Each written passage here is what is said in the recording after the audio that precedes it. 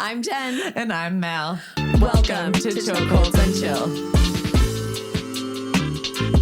Welcome to Chokeholds and Chill. We have Jenna Mattera today, who is a PT and a high-level brown belt competitor.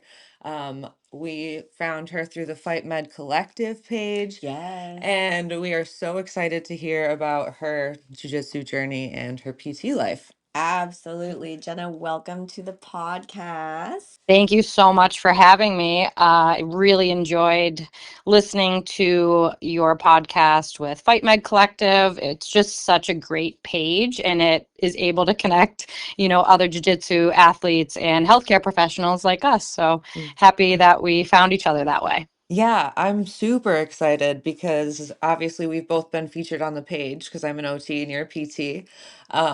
And we got a little background on your on your patient history as well because you've been on both sides of the coin as the PT and the patient, and we are really excited to get into that. But before we get into the broken arm, we want to hear a little bit about where you're from, what's your background, how did you grow up? So I'm from Revere, Massachusetts. It's a city just north of Boston. I grew up playing sports, but I never really found something that piqued my interest like jiu-jitsu. I never found something where I could be competitive, not necessarily have to be part of a team sport. I played field hockey growing up, which was really fun, but there's just something about jiu-jitsu where you're on the mat, you're by yourself, you are in control of your own destiny in that situation. And I've just never felt any type of an adrenaline dump playing sports. So as I grew up, I wasn't super into like the sciences field. I never really knew from a young age that I was going to go into healthcare, that I was going to be a physical therapist. It just kind of happened as I was in college when you start taking courses and developing interests. I actually went into college as pre-law. Oh, wow. And I quickly found that the classes were a bit boring. I was getting really frustrated just sitting at a desk all the time. And, that's school, but as you transition into your professional career, I didn't want to sit at a desk. I wanted to be more active. And lucky enough, I TA'd for a professor for a human performance and nutrition class. And we sat down together and started talking about what I wanted to do for a career, and he had recommended PT. He said, I think you'd be perfect for it. You like to exercise, you like to help people, you can challenge yourself and stimulate yourself mentally. It's always problem solving. And I, kind of went with it from there. He set me up with a little part-time job, and I decided to change my major. And the reason why I went off in this path is because it goes back to how I grew up. Because when I decided I was going to change my major, I obviously needed to talk to my parents about it. And I sat down with my dad and I said, I'm not really being stimulated anymore by the pre-law track, and I'm thinking about going into physical therapy. And he just looked me dead in the face and said, really? Do you think you're smart enough to do that? And I didn't take it offensively, because that's how I grew up. We're just very honest people, and we ask the hard questions, and we challenge each other in that way. And I just looked at him and I said, yeah, I think so. And he just kind of like shrugged and he's like, all right, go for it. I love that. Amazing. Yeah, so that hard work is something that I've seen my whole life. My dad was a teacher, a construction worker. He worked 2 jobs. We would eat dinner sometimes at 7:30, 8 o'clock at night, just to sit down and eat as a family, because he was such a hard worker and, providing for us. And that's in my blood, whether it be school, whether it be work as a PT, whether it be jiu-jitsu. I'm not, and whether it be rehab, which I've had to do a lot of myself. I'm not afraid to put in the hard work and the effort, to get what I want, because I know that nothing comes easy, Yeah. and the reward that you get from really working towards something is just amazing. Yeah. So what's interesting is I feel like I've met so many PTs who they get into PT because they had an injury as a kid, or like they went through PT and that kind of like inspired them. Yeah. What I think is interesting, did you ever have any like serious injury prior to becoming a PT? Like had you ever had physical therapy? Yeah, I had a bit. I Mhm. had some knee issues when I Mhm. was a high school athlete, and I tore my meniscus snowboarding when I was in my late teen years, like Mhm. about 18 years old. So I did some physical therapy, and I liked it. I thought it was an interesting job, but that never clicked for me in that moment. Yeah. I think, like it does with some people. I had the knee injury, and that my PT inspired me, and I just wanted to be just like them. For me, it was really finding a career that I not only liked and connected with, but that I could make a living. And with Yeah. PT, you can do a lot of different things. You can work in a clinic, you can work in a hospital, you can work non-clinical, you can work in the strength and conditioning field, you could work for a professional team, you could work for a college. So the ability to have options and to be able to do a lot of different things within the profession is what really piqued my interest about it. I did some internships before committing to PT school. I did a strength and conditioning internship. I worked for a PT office. So I did get to see a few different sides, working Mhm. with both high school and college athletes, Nice. working with just active adults or even inactive adults, sedentary Mhm. individuals. Yeah. And I liked the variability. And I've carried that through my whole career. I've been a PT for 10 years and Mhm. I've worked in almost every setting. Yeah. I've worked in outpatient, I've worked in hospitals, home care. Oh wow. Right now, where have a private practice where I treat primarily jiu-jitsu athletes and active adults. So I really have done a lot in kind of a short time, Yeah, but it's for a awesome. reason, for that like mental stimulation, for that, really desire to learn and explore and Mhm. to, be an expert in multiple different areas. Yeah. Yeah. And so you were a PT for several years before you started doing jujitsu then, right? Yes, I started jiu-jitsu in 2019. Okay. So what brought you, tell me about your first Yeah. time stepping into the gym. Let's talk about them. Yeah, How yeah, did that's that an happen? interesting one. A little intimidating. I think everybody can relate to Oh that. my God, yeah. So hard. The individual that I was dating at the time, he was really into it and he thought I would really like it. He's like, "You're active, you like to go to the gym. Do you think you'd want to try it out?" And I said, "Sure." And I went to my first class, and it's the typical, you don't know anybody besides the person that you came with. You Yeah. have Yep. no idea what's going on from the warm up to the end of the class. But I liked it. It's definitely challenging. I don't mind pushing out of my comfort zone. Mhm. And Yeah. but funny enough, for me, jujitsu, it wasn't like that first time experience that really solidified it for me. It Mhm. actually didn't fit very well with my work schedule. Their beginners classes were when I worked my late nights. The Ah. all levels classes were a little over my head. So I put Mhm. it on the back burner for a while, and I ended up taking a contract job a few months later out in Chicago. And when I went out there, I had a lot more free time than I normally would. I have a few family members that live out there, but otherwise I didn't really know anybody. So it was a good way to just get out and have something to do. And there was a gym right down the street from my sister's house, so I was staying with. Nice. Nice. Yeah, so I went from work to the gym to, this new jiu-jitsu gym. And when I got back from that contract, I was hooked. I just Mhm. had to find somewhere that I, really connected with. And I found Professor Anderson Silverio, who I still train under now, who was a Brazil 021 affiliate, now Team Forza in Woburn. Nice. And it was the best environment. Is the best environment for Wow. me. I'm so glad I found him and the team. It was just when you walk in somewhere and you don't feel that Mm-hmm. huge intimidation factor. You feel welcome. Oh, People are actually saying hi to you and introducing themselves, and yeah. you feel like you're actually part of the team from day one.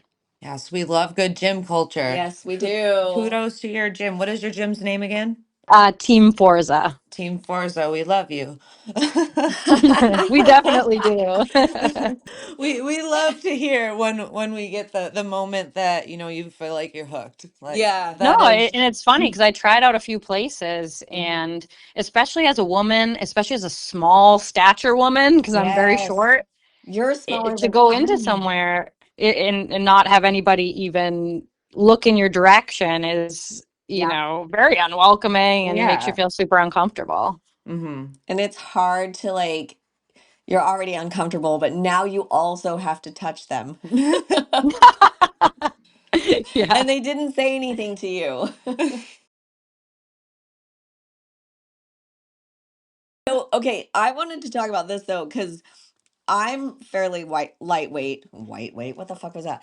Anyways, I'm a fairly lightweight person, and I have a really, really hard time finding really matches anywhere because I'm also old. Um, but the only place that I can find matches is Master Worlds. So I noticed that you are rooster weight. Do you I cut to am. that or do you walk around there? Yeah, good, interesting question. Yeah. I do cut down to rooster, but I'm such an in-betweener. Yeah. I'm too short and too light for light feather, Yes. and I'm too muscular for rooster. Yeah. So I really, for the large tournaments, Pan Americans, Europeans, Master Worlds, Brasileiros, I really prefer to compete at rooster weight because Hmm. that's where you're going to get your highest level of competition. Yeah. And for the highest level of competition, the size really does play a role. So if Mm-hmm. I can be the strongest person in that division, Yeah. hopefully the most skilled, but definitely if I can be the strongest, I feel Yeah. like I have a better chance than against somebody that's, maybe a foot taller than me, cutting down from featherweight. For sure. Yeah. Like I feel I was in in-betweener for a Hmm. while, and Hmm. it is frustrating to be the smallest Yeah. in a weight class.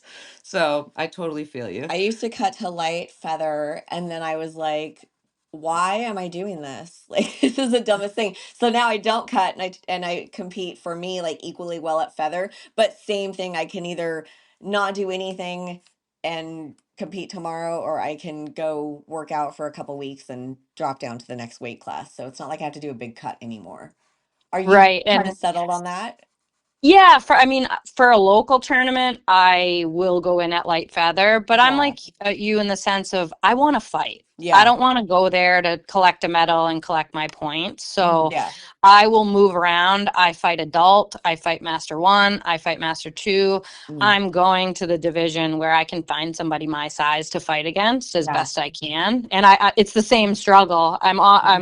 I'm on the tournament website, just going through, Yeah. okay, I would travel here, I would go here. Okay, is there anybody in the division? I'm going back and forth. Yeah. I went all the way to Austin for one match. I'd never been to Wow. Austin. So I was like, it's a great opportunity to travel, which is how I structure a lot of travel around jiu-jitsu so that Yeah. I have an excuse to go somewhere. It's amazing.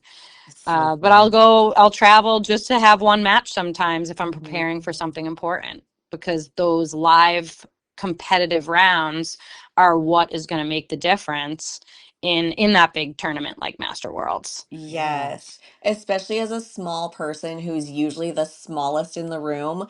It's different jujitsu when you go against somebody who also plays that same game because nobody else in the room is giving that, like, the quick knees, the quick movement. It's very, very fast paced for us smaller ladies. Definitely, definitely. And it's funny that you talked about cutting, about why am I doing this? I Every time somebody watches me eat and looks at my lunch, they're like what are you even doing? And I said, this is a personal choice. Don't feel bad for me. Yes. Like I am Yes. doing this to myself. I actually enjoy it. I enjoy the grind and the discipline. I'm Hmm. a very, very, very self-motivated and disciplined individual. So if Mhm. I set my mind to a task or a goal that I want to accomplish, I'm doing it. Yeah. And I carry that over to the diet and the working out and the prep for it.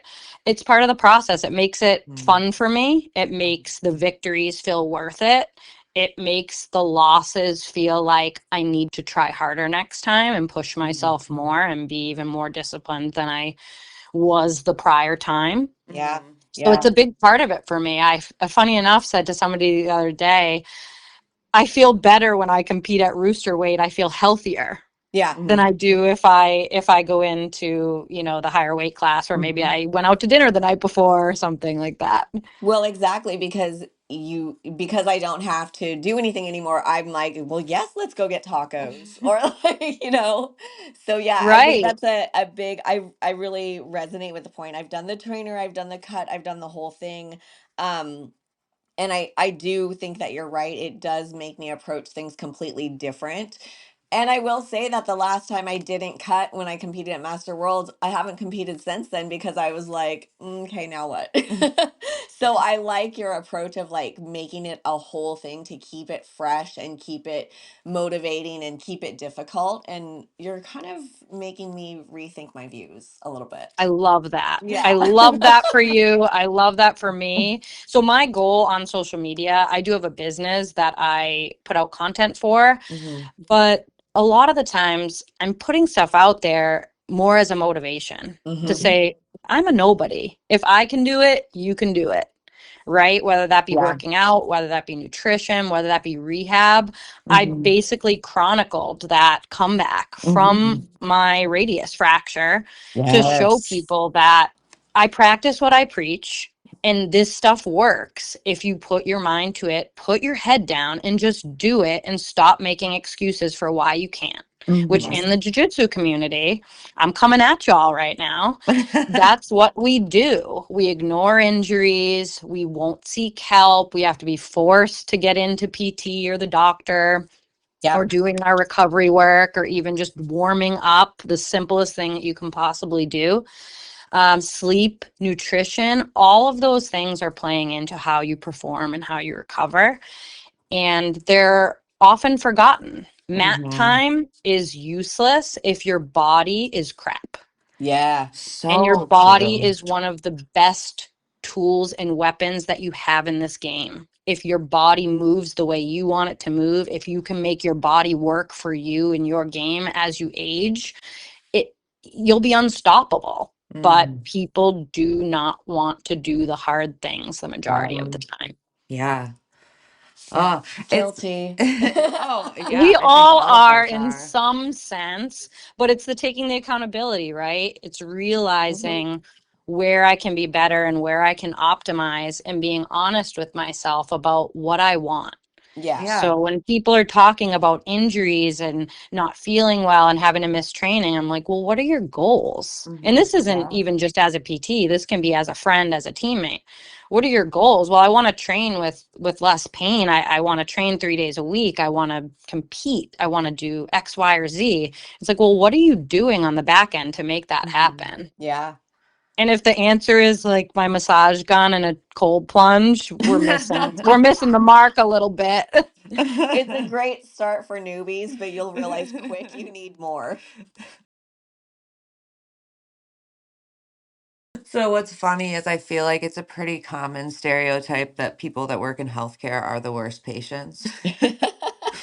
So I don't think Jenna's the worst patient no, though. but I that's saw what her I'm saying. Instagram. That's what I'm saying. Like we love to see people who Yes. practice what they preach. And 'Cause that's show us what to do. yeah. I feel like something that like I think about as a coach and as a therapist is I'm like, I'm not gonna ask you to do something that I'm not willing to do myself. Yeah. And that's kind of like a philosophy that I live by. And I love to hear like there's nothing that I hate more than when people are preaching you shit that they're not carrying over themselves. Right. That So grinds my gears. yeah, totally. So I really appreciate what you're saying and everything because it's refreshing to hear. I want to get more into like your business stuff and into the injury, but before we do that, I want to rewind a bit Yeah. because I want to hear about like when did you decide that you were going to compete and at what level did you do your first competition? I did my first competition was tap cancer out as a blue belt. Okay. I think we had a 3-man bracket. I lost both matches. I felt like a fish out of water. I think my first match, we stood up the whole time Oh, and neither of us got a point. oh I think we both just got no. penalties. My second match, I got submitted. I got a bloody nose. The match had to keep stopping for. Oh no. I left that tournament. A lot of my friends came to watch me and they were like, "Is it always this boring?" Oh no. After that, I was like, man, maybe competing is not for me. I don't know. So I did one more. It was the summer of 2023. I believe it was in May. I actually had to fight my teammate. We were the only 2 light feathers registered. It was just a Oh. local tournament. And she ended up beating me. It was horrifying. And after that, I said, it wasn't as bad as the first one. I kind of liked it, and she's never going to beat me again. There you go. Yes. So when I became hooked, it actually, my third competition of all time was Master Worlds as a blue belt, Master One Rooster. I went to Vegas and I ended up placing third, I believe, at 2023. Nice. And after that, it was lights out. Anything that anybody asked me to sign up for, I was like, I'm in. I'll go on that trip. I'll sign up for that. I Hell was yes. absolutely hooked. That's I so loved cool. loved how I felt doing it. I loved the Mhm. adrenaline dump. I love standing up on the podium. I hate losing, but Mhm. I like growing. Yeah. Yeah. So if that loss will elevate me in some way and reveal the holes that I need to work on Mhm. and provide that data for me to kind of go back to the drawing board and fix things and make it better, I'll take the loss to have that happen. Mhm. But there was just nothing like it for me. Yeah. Amazing. And then somehow in all of this, we have a note here that says that you were the number one ranked rooster weight. Tell us about that. Elaborate on that note. Yeah, so I at purple belt, I was Okay. competing a lot. So I ended up being the number one ranked purple belt IBJJF. And I, funny enough, found out the morning of IBJJF Europeans 2 years ago. Oh And I no. went into that match and I lost. It was so Oh, sad. they jinxed it. Yes, I jinxed it. I still was number one after that. Amazing. And I went into World Masters, with that, and unfortunately, the arm fracture then happened. But that was a highlight for me. That was a really really cool thing to see. When you see your name on the web page posted, Yeah. it was Yeah. cool. Top Only us notch. jiu-jitsu nerds think that that's cool, but No, it is fucking I cool. think yeah, I'm very impressed by it. I'll never be on that page. you So, can do it too. They'll be like, Masters 7, she finally does it.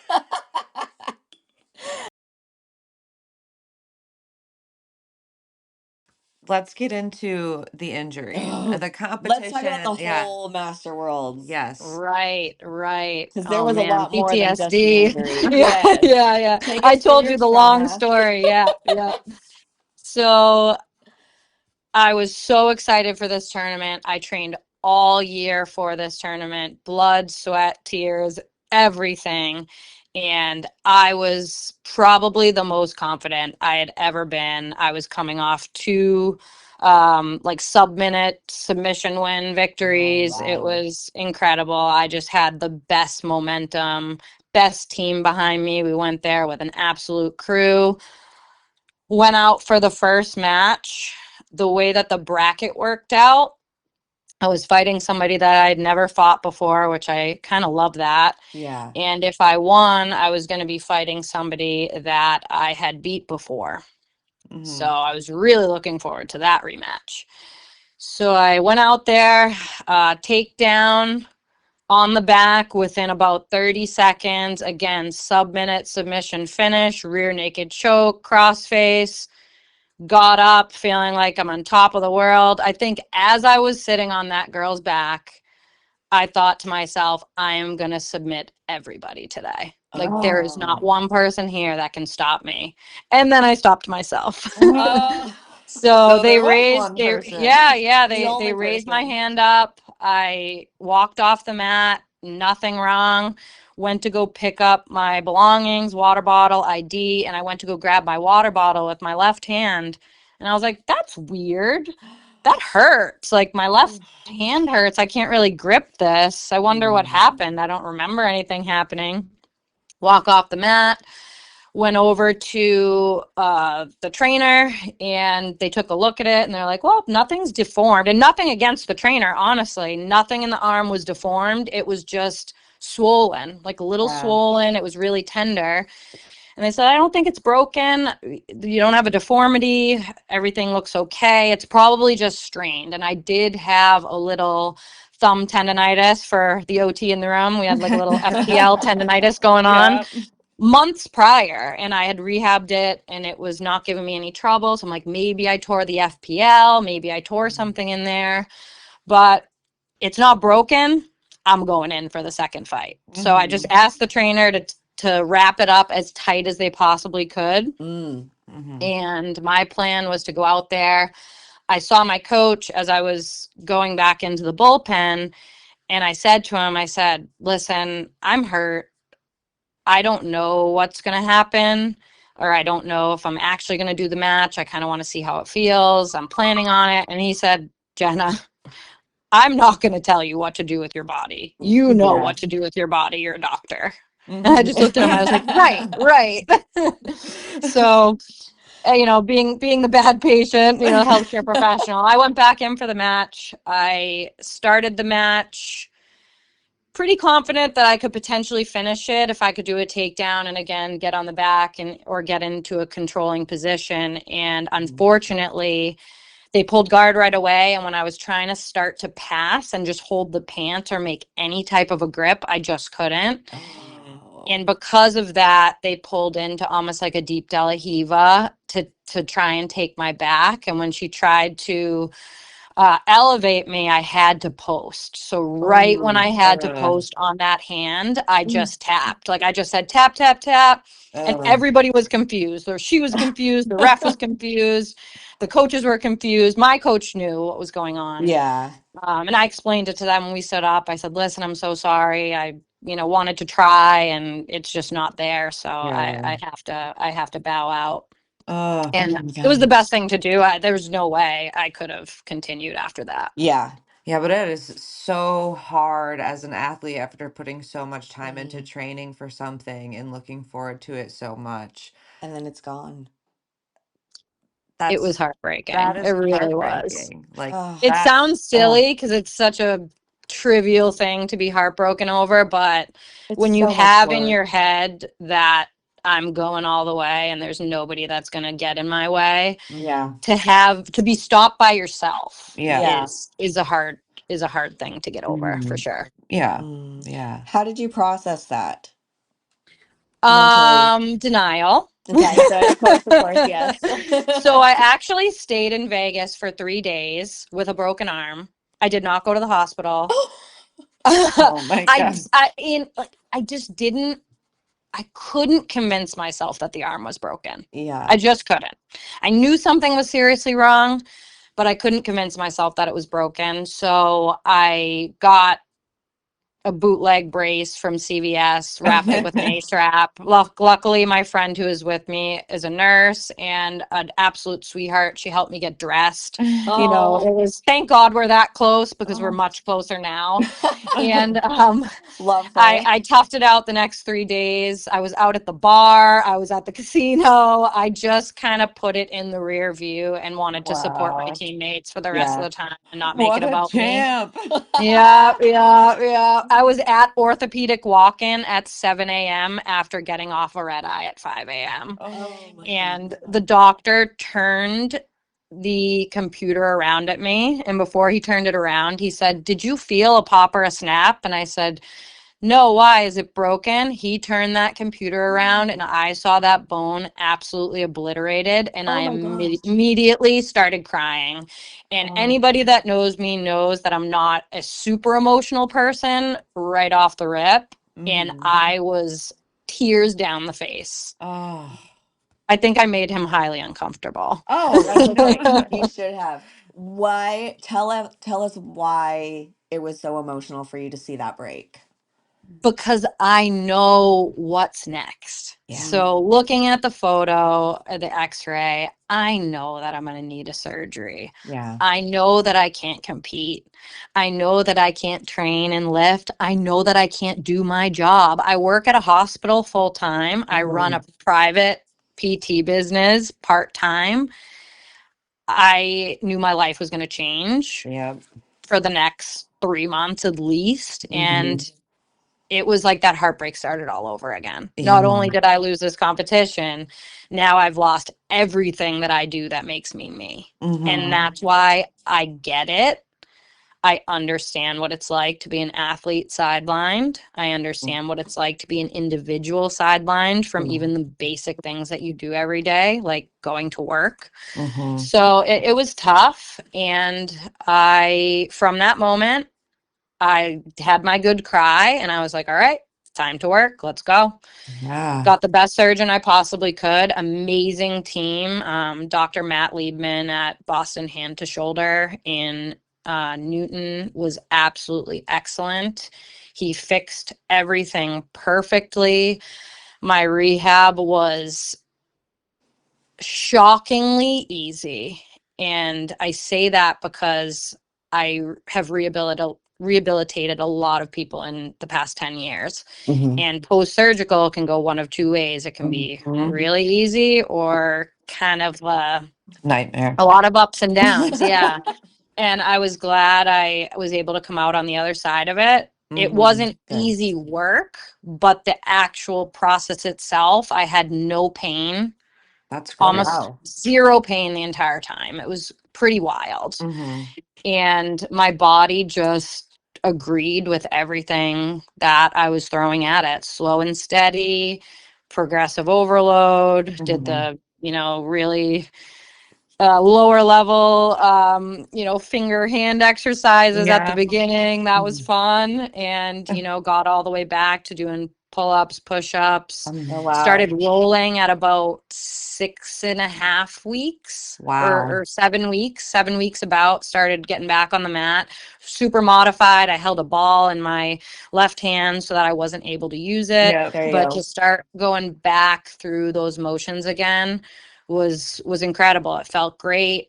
I You had asked what I felt in that moment when, they turned the screen around, and another part of that was I had a personal goal to go back to Europeans this past year Wow. because I lost that match on two penalties Mhm.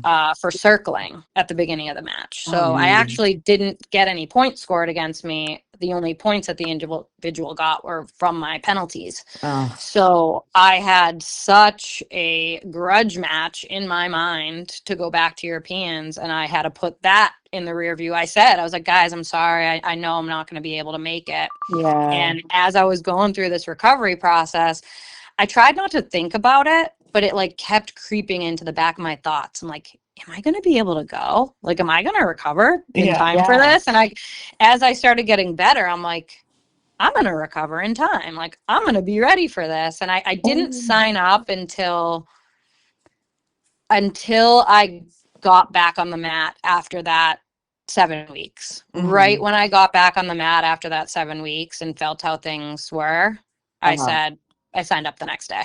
I love that. She's back, everybody. She's back. I feel like I'm living through this with you right I now. know. I know. I'm like, I'm super Goosebumps. excited right now. Dude, that's Were you on the awesome edge of though. your seat the whole time? Literally, we are leaned in physically. No, that had to be such a good feeling though, like stepping back and being like, I'm back, bitches, let's Oh my go. gosh. It was pretty cool. So it's funny. I got to fight the same athlete that I lost to. It was Mhm. just the Yes. two of us. It was a two person bracket, Mhm. one match. And after the match, I went up to her and I said, I just want to let you know, I broke my arm just over 3 months ago and I came here just to fight you. And then I turned around and just walked away. Oh my God. And that can seem, it could go one of two ways. It could be, you're being smug or you're being playful and, funny. And I always hope that the individual takes it the second way. I Yes. fight against a lot of the same people. You probably know too, like being a smaller individual, Yes. the brackets are small. So There's a like lot of 4 of them. these ladies. Yeah. And I'm friendly with almost all of them. Yeah. I chat with some of them on social media. I, will keep up with them in competitions and, we'll always have like, a good banter and good rapport, and it's all in good fun. I mean, I'm very competitive. I'm very serious, but at the end of the day, I fix people for a living. I'm not trying to hurt anybody. Yeah. I'm not trying to make enemies. I want this culture and this community of jiu-jitsu. That's why I love it. You go into a match and you're trying to choke the crap out of each other. And then afterwards, you hug each other and shoot the shit in the podium area. Yes. Like all is well in the world. It's fun. It's such a unique experience in that way. It really is. It's like such its own little world. People don't understand unless they're in it. Like, it's so strange. I don't know how to describe it Yeah, anymore. it's like you just There's gotta, no way you have to experience it. You Yeah. can't, nobody that has not experienced it will understand what you're saying. Yeah, for sure. We absolutely love supporting brands that just freaking get it. So Mil Usos skincare is built by a woman in the jiu-jitsu community for the jiu-jitsu community. She knows the grind, the sweat, the tears, and the constant contact, how hard it is to keep your skin healthy when you live on the mat. We are so proud to have Mil Usos as a sponsor and even prouder to use their products. If you train, you need this in your gym bag. So what do you think was harder part of recovery for you? Was it mental or physical? I think it was mental, Yeah. honestly. The first 6 weeks was the worst. I was non-weight bearing for the first 6 weeks. So I just couldn't use that arm. Luckily, I live next door to my mother. Some people could think that is a curse. For me, especially in this situation, it was an absolute blessing. Very nice. There's nobody that I would rather yell at while trying to wash my hair. But I needed a lot of help with, very basic things. I prepared for the surgery, so I knew that I was going to be non-weight bearing for a while. I actually had to go to my brother's wedding in a sling, and I got I'll send a picture to you guys after. It's hilarious. I got a nice floral sling. It was actually beautiful. It matched my dress. Yes. And, but, yeah, I prepared for it. I, got Nutri-Meals so I didn't have to cook because I couldn't really chop or do anything. Kind of set some things up to have, people come, and if I needed anything heavy done at the house, they would come do that. I was at the gym every single day. So luckily, through my hospital job, I have short-term disability. If I didn't, I would be in a really rough spot. So if you have the opportunity to get short-term disability at your job, even if you think you won't need it, please, please, please get it if you are in this sport, or accident insurance or AFLAC or something, please get it. So I was unable to work because at my job at the hospital, I work inpatient. So there's no light duty. There's no sitting at a desk. Right. You cannot come back until you're ready to catch a patient falling. So I was out for 12 weeks. That's what the surgeon said. And I came in the week after my surgery and started watching class. I would sit on the bike. I would do my workouts, but I was present. Yeah. Because when you have a goal, my goal is get back to competing and training as soon as possible. You do everything you can to reach that goal. So mentally, if I had stayed home, it probably would have been even worse. It was tough watching people do what I love to do when I couldn't. Right. But my mind was still in it. I was still watching the positions. I was still watching the moves. I was still watching people sweat, train, and perform. So I was still there with them. I just wasn't doing the acts. Yeah. That's actually funny so last night, my husband's a PT also. Oh yeah. So he sometimes is like he doesn't train, but sometimes I call him and I'm like, hey, can you come and check this out? Like look at someone's leg. And last night he came down to the gym because one of our professors has a little injury going on. So John's our professor, he's been out for a little bit, and then my husband went in, checked him out, and then after he left, our professor was like, he's like, this is like putting drugs in front of a drug addict right now. He's like, had to have to watch here because we were doing a Shark Tank with somebody. He's like, to have to sit and watch this Shark Tank. He's like, I feel like I just did PT, so now I can do this. Like, Slow torture, slow torture. yes, like so how was that for you? Did you have that like, oh my gosh, there's drugs in front of a drug addict A moment? little bit, Yeah. but at the end of the day, I know that I couldn't do it. Yeah. Yeah. You know, Yeah. and I'm pretty honest with myself when my body hurts, Yeah. if we exclude the Master Worlds incident of going back in with a broken arm, that Yes. if something doesn't feel right, I'm pretty good about taking a step back, Good. assessing, and then figuring out if training is the best move for me. And I Yeah. feel like that's where a lot of jiu-jitsu athletes and rehabilitation from jiu-jitsu injuries fail, is Mm-hmm. that there's no structured way to get somebody back on the mat when the practitioner doesn't really understand what you do or the Yes. demands of the sport. And over the years, I've actually had to be a lot more strict with my athletes about what they can and can't do. And Yeah. it's not of always because of the injury itself or because, flow rolling or drilling wouldn't be appropriate at that time. It's just because you need both parties, both the injured individual and their training partner, to understand what's going on, at what intensity you need to go at, and what you can and can't do, and Yeah. how to avoid certain things.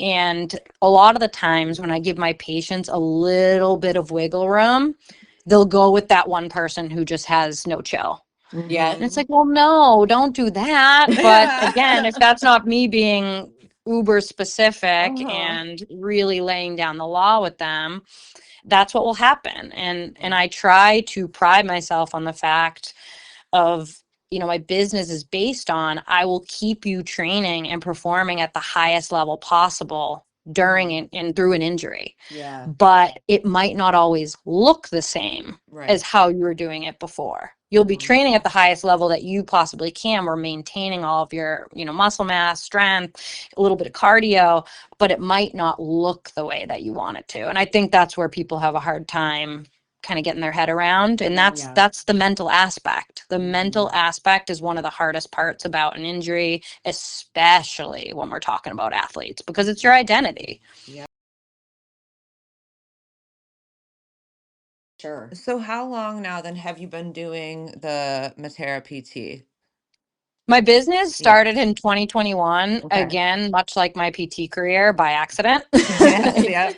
I have a friend that owns a gym in Back Bay in Boston, and he had been asking me for some time. I have students, they're hurt. Every time I send them to go get their injuries checked out, it takes them 3 weeks to get into the doctor, and then Wow. another 2 weeks to get into PT, and then they're out for, 6 to 12 weeks. Like, I need to keep these individuals on the mat. Do you think you can see people on the side? And I just laughed because he's not in healthcare and he meant very well by it. But I was like, you can't just see people on the side. There's a lot that goes into this. I need a documentation system. I need an additional professional liability insurance. I need business insurance. I need equipment. There's a lot. And I was like, Mhm. and I'm also really busy working about, 50, 60 hours a week. So Yeah. no. Minor But he details. kept asking. He was persistent. He kept asking me. He kept asking me, not hounding me, but whenever he got the chance and brought it up. And lucky enough, at one point he had brought it up. I had just shifted jobs. And I said, you know what? It is a good time now. Let's Mhm. talk. Yeah. And Matera PT was born. and I stayed in Back Bay for about 2 years and then transitioned to my home gym, Team Forza in Woburn, when they opened a new location. Easier for me. The commuting is easier. Parking is much better. Mhm. Back Bay is definitely the area to be for cash-based PT, Yeah. Nice. which is the model I use. But this setup is much better. I Mhm. can train 12 to 1 and see a patient at 1:32. Get in Mhm. the shower and then I'm ready to treat. I'm not sitting in the car for an hour. So Yeah. That's nice. it's the absolute dream to be able to get off the mat, get myself together, and be helping to get somebody else back on the mat. Oh, that is That's the really dream. cool. That is the dream. That And is I love really helping my cool. teammates, and I love keeping our gym healthy. I'm actually doing a seminar here at our home gym in Woburn in June, part of my brand called Mat Ready Method. Mhm. So it's train pain free knee and shoulder seminar. So basically, how to keep your knees and shoulders healthy for longevity in the sport, both Mhm. mobility, strength, and just overall recovery strategies, foundational recovery strategies, some of the things that we've already talked about. Super cool. But I'm doing that here, and then I'm also bringing that to California, potentially some other states as well. So I'm really excited about that because That that's a is passion of mine. that is so great. Congratulations. That's fucking rad. Yeah, I It's just announced it today. It's funny, you might have not caught that if you were perusing through some of the social media stuff earlier on in the week. So that is so That's great. exciting. We'll share that for sure. If yeah, I'm gonna do you one I think too at Ralph Gracie in Berkeley the weekend of World Adult in May. Oh, cool. Nice. That's so Yeah, because great. I'm going to compete at Master International, and I'm still, I haven't counted myself out of doing the adult worlds. I did it last year. It was my first time. I just like to push myself to do hard things. Yeah. And I haven't counted myself out yet, but I'm leaning more towards no. So I was like, while I'm out there, I want to see, how many gyms I can get into to do that while I'm there. If I Mhm. can, like I said, if I can plan a trip around a competition, or now planning business around a competition, it's fun to be able to do that. Yeah. That's Dude, so if you were to tell 2019 Jenna ah. about 2026 Jenna, what do you think she would say? Oh my God, what the hell are you doing? Right? Like, I mean, how crazy, how much has your life changed since Right, picking up this right. And I sport? think it Yeah. just shows, it really just shows when you find something that you're passionate about, that you enjoy doing, that you're Right. like somewhat good at, even though with jujitsu, even when you're good, you still suck. Yep. You can do kind of anything, I always say if I can do it, you can do it. Because Mhm. I'm just an average individual. I'm not a professional athlete by any means. Yes, I'm a PT. I have the knowledge. I'm a strength coach. I have that knowledge. But at the end of the day, this is a hobby for me. It's Yeah. something that I've been able to make a little bit more of because of my job and because of my business, and how I'm able to transition and offer some of these other things into the jiu-jitsu community, like seminars and Mhm. rehab education. But I always say, this isn't my 9 to 5, but I enjoy doing it. And that's why I'm going to keep Yeah. doing it and keep doing it and keep pushing myself to be better, just like I Mhm. would in any other phase of life. I love it. I love your mindset. Yeah. Like, It's very inspiring and I've done very a like lot of it makes work you want to on work that harder. over the past couple of years. I have. I've done yeah. a lot of work on that. I have a friend who has a spiritual medium type business, does a lot of soul mapping and just general mindset and manifestation type training. Yeah. And I've learned a lot from her about who I am as a person, and what I want out of life and why I am the way that I am, and how to capitalize on the strengths that I have and how to address some of the weaknesses. That is so amazing. Brilliant. So I know earlier you said like I'm just an average individual. I think that you're pretty I was gonna say, above yeah. average. Amazing. Yeah. Don't gas Definitely me not up. Don't gas me up average. like that. No, No, I'm kidding. That's why we're here, is to gas we each are other here up. to be your hype But we're girls. also like, I'm a very honest person. Like, I ain't gonna like tell you shit that's not true. I really think that you are more than you even see for They're yourself. very inspiring. Yeah. Again. So we don't have too much more time, and we don't want to take, we could talk to We you will take all forever. day, but We would take all day. But we like to close out with some rapid fire questions. If you are down. Love that. Let's Okay. do it. All right. What is the most common jiu-jitsu injury you see? Probably knees and Yeah. shoulders, which is why I'm doing that seminar. Perfect. What would you say is the most underrated recovery tool? Sleep. Oh, that is 100% sleep. that is one thing I'm really bad about, the whole Ugh. practice what you preach thing. My sleep is trash, but Do I you have a like tracker? Do you use any type of I a do. wearable or anything like that? Yeah, I have every day it I have says she sucks at sleeping. pretty much, yeah. Uh, So that's it fine. torments you and tells you how bad you are. Pretty much, Tells yeah. her she's doing Use all that right. data. Use that data. Make it It better. was like, It has idiot, your AI body integrated. battery's at 4. Go to fucking sleep. And you're like, but one more thing. Like, but I have to go to jujitsu. Okay. No, What's sorry. the most overrated recovery tool? I would say probably is any type of hands-on therapy. It could be massage, it could be dry needling, cupping, anything in that sphere. If you're not doing something active afterwards or Right. doing some type of a rehabilitative exercise afterwards. Right. Oh, All the passive modalities, anything that you're going to get done that's going to make you feel good, that's opening a window to allow your body to move better and to train during that time. Yeah. beautiful points. Gi or no gi? Gi, 100% allergic to no gi. I'm not taking my PJs off. What's your favorite submission? Rear naked choke. That's how I broke my Yes, arm. bitch. But What's I your have gotten back to rear naked chokes on that side. So Oh, you have? Oh yeah, my oh yeah, for gosh. sure. I just won't go Brave. crossface, or I'll pull the elbow, like make sure the elbow clears across the chin. Yeah, you're brave. What is your go-to post-comp meal? Oh wow, there's not one. This is it can't be rapid fire because this is That's just fine. too funny Tell us of a all of the story. But meals. we have a guy on our team that was in the NFL, huge dude. We went out to eat after the comp. We got Mexican burritos. I think we both got like a huge carnitas burrito, and everybody looked over at me, and I was done, finished my entire plate, and he still had half. And I'm legitimately half his size. So it's a running joke in our gym of how much I'm going to eat. They're like, my stomach has zero endpoint That's ever. amazing. But if I had to pick one post comp meal, it's usually either like a Brazilian barbecue, because again, unlimited stomach, or just a massive amount of cookies and ice cream. Oh, there you go. Yum, or both. Death by meat or sweets. It's perfect. Right. Take them both. Always. If you had a super fight tomorrow, what's your walkout song? Mm. A walkout song would probably be Come and Get It From Me by Sun Heat.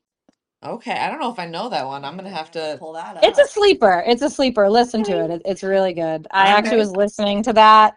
That was the song that was on before I walked out on the mat at Europeans, Oh, and that's it great. really pumped me up. That Good is shit. awesome. Do you have any like pre-comp rituals? I have way too many. Okay. So the most common one that people know me for, friends of mine and training partners, is that I always bring a package of Chips Ahoy Reese's cookies in my bag to the competition, and that is the first thing I will sit down to eat in the bullpen with my electrolytes is cookies. I'll just put two of them together and start biting them, crumbs everywhere, people looking at me, I don't care. Perfect. I really vibe with this. That's great. Yeah, I'm like Who doesn't like chocolate chip cookies? Like, that, and come like on True. just now. like chowing down right before you're gonna go beat somebody's ass is Yeah, like the best chocolate part chip of all of cookies and it. baby food. That's so Baby great. food also. All right, two more questions for you. So, one, if your best friend had to describe you in 3 words, what would those 3 words be? The first one would be little. The The second one would be boss, because my friends actually call me that. Yes. And the third one would probably be disciplined, Awesome. for sure. Yeah, I can see Yeah. those things for sure. Mm-hmm. Where can people find you? You could definitely find me at Team Forza because I'm always there. Mm-hmm. But on the online social media, my handle on Instagram is at Mattera PT, Mattera. And my website, matterapt.com, which I just had redone. It's actually beautiful. Oh, awesome. So what's next for you on the horizon? I'm going to Brazil next week for Brasileiros, which was a game time decision. Nobody signed up in my weight class, so I decided to move up to the light feather to Okay. give it a go, to have some practice before Master International and Worlds, and then I'll be out in Long Beach in May. Got the Boston Open before that, really hoping to get a competitor for that. So if anybody is listening, that is light feather, brown belt, adult, master 1, master 2, putting it out there. If you want to come to Boston Open, I really need somebody to fight against. That's on May 9th. And then just looking forward to Worlds. Amazing. I've got to give it everything this year. So I really want to make up for what happened last year and come out on top. Oh, Fantastic. well, we believe in you because Yeah. clearly you have a strong mindset and you're fucking badass, dude. Like I believe in you too because I'm going to see you there, right? I'm so No. excited. We're gonna make a meetup happening. I'm from the Northeast, so She wants to see you at Master I World. want to see a Master World. Yeah, talk to your gyms. Yeah. Have me come out and do a seminar there. That would actually be awesome. Mm-hmm. That would be so awesome. No, this has been so great. Thank you so much for sharing your time with us. We really appreciate Yes. it. And we're so No, thank excited you to so much for follow. having me. Thank you. Yeah. I love just talking about this stuff. Obviously, when you're talking about it with individuals that don't do jujitsu, you walk out of the conversation, you're like, oh man, I just talked way too much about jujitsu. So I'm glad to be able to do that with you guys in a safe space. Yeah, I'm like, oh, I feel so annoying right now. Oh, I'm the worst. Yeah, I'm very self-aware about how Yeah. annoying I am. Yeah, sometimes I have like on my bio board at work that I do jujitsu, and I have like my old patients like, "What's that?" And I'm like, I don't even know if I want to try and talk to you about this right now. Is that like rustling? Yeah. Is it karate? Yeah. Do you like punch each other? I love it. All right. Well, thank you so much. We really appreciate you, and we can't wait to follow your comp journey. Yes. Keep us Yes, updated. yes. Go I'll try and fucking make you get guys those proud. golds. Yes, bitch. Bye, Alrighty. All right. Thank you so much. See We'll you, talk to you Jenna. soon. All guys. right, bye. Bye. Don't forget to like, subscribe, and share. Check us out on Instagram at chokeholdsandchillpod or shoot us a message at chokeholdsandchillpod@gmail.com.